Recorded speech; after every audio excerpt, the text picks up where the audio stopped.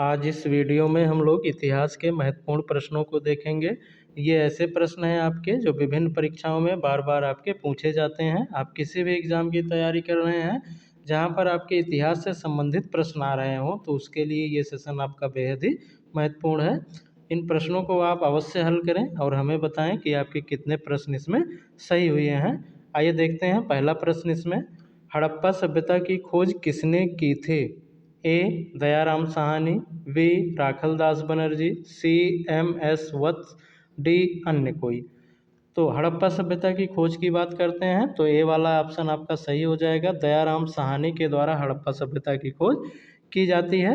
हड़प्पा सभ्यता कहने का मतलब है कि हड़प्पा नामक स्थान की खोज जो करते हैं वो दयाराम साहनी करते हैं।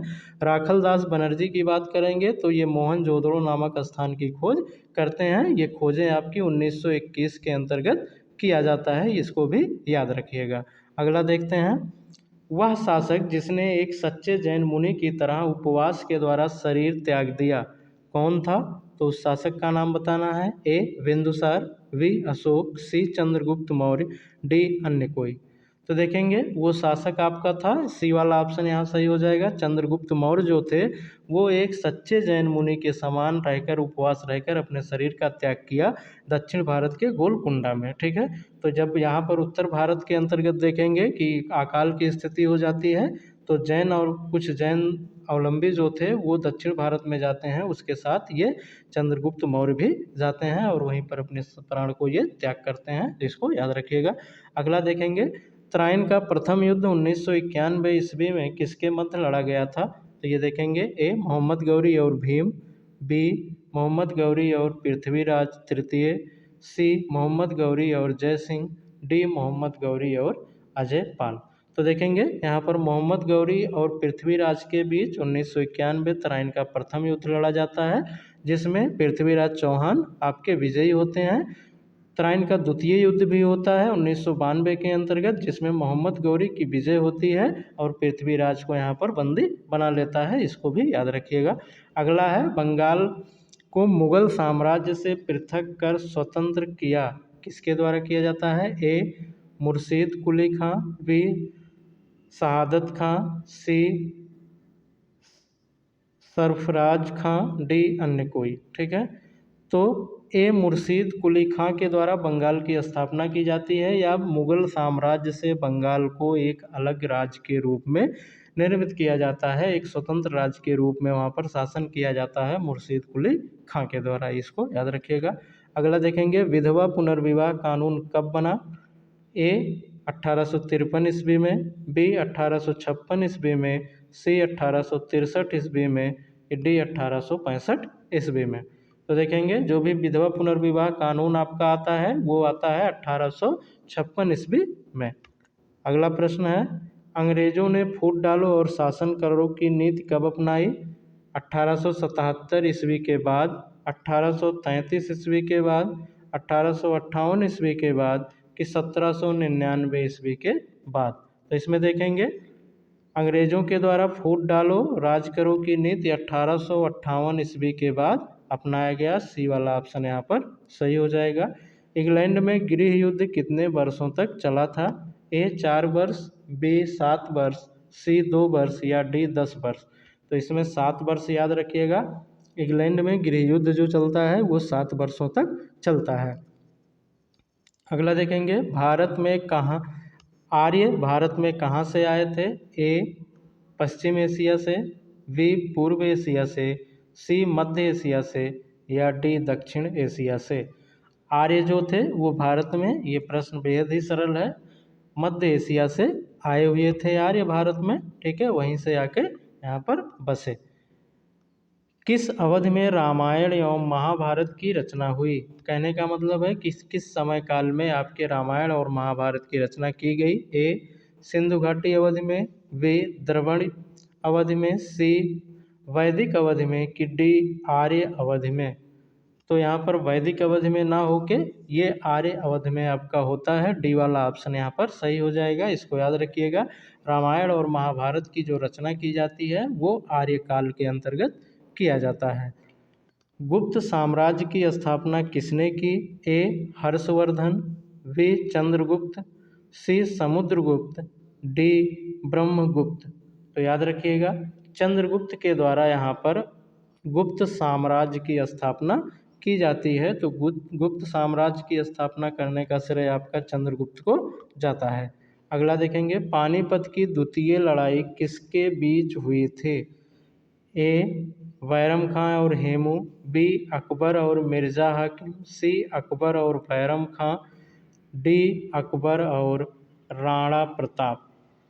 तो पानीपत की जो दूसरी लड़ाई होती है वो बैरम खां और हेमू के बीच होता है और राजा कौन यहाँ पर बनता है? अकबर बनता है। इसको भी याद रखिएगा, ठीक है। तो कहीं अगर अकबर और हेमू का नाम लिखा होगा तब भी ये सही हो जाएगा।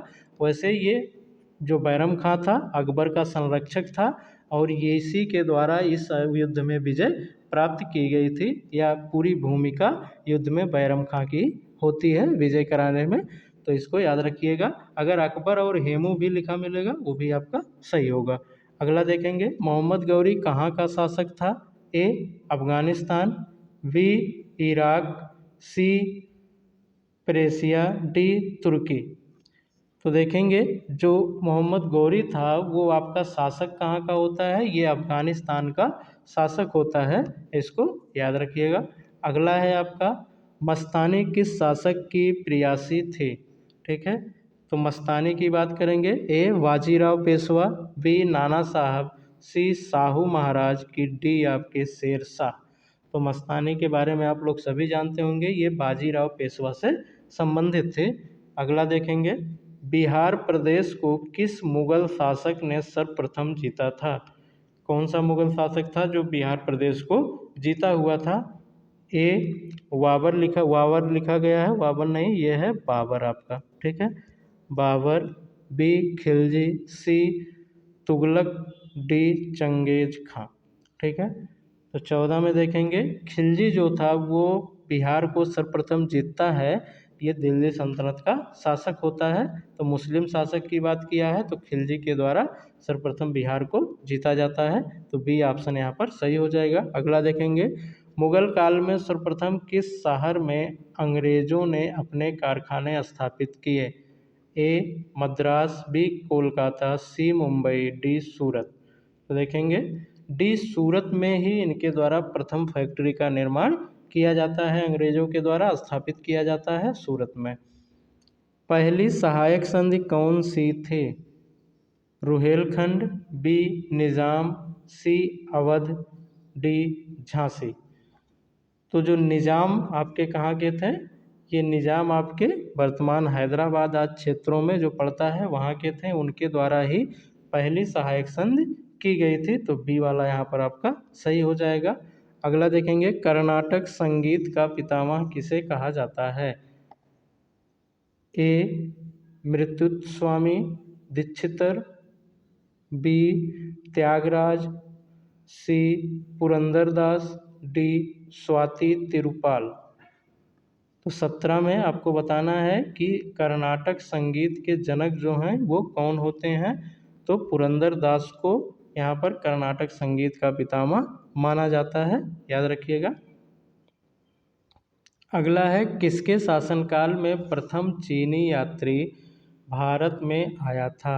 ए समुद्रगुप्त, बी चंद्रगुप्त प्रथम, सी हर्षवर्धन, डी चंद्रगुप्त द्वितीय। तो देखेंगे किसके शासनकाल में आता है? तो चंद्रगुप्त द्वितीय के शासनकाल में चीनी यात्री भारत आता है। इसी को चंद्रगुप्त या विक्रमादित्य भी हम लोग कहते हैं। तो चंद्रगुप्त द्वितीय का नाम विक्रमादित्य भी है, इसको याद रखिएगा। अगला है 19वां निम्नलिखित मुगल शासकों में से किसे प्रिंस ऑफ बिल्डर्स के नाम से पुकारा जाता है?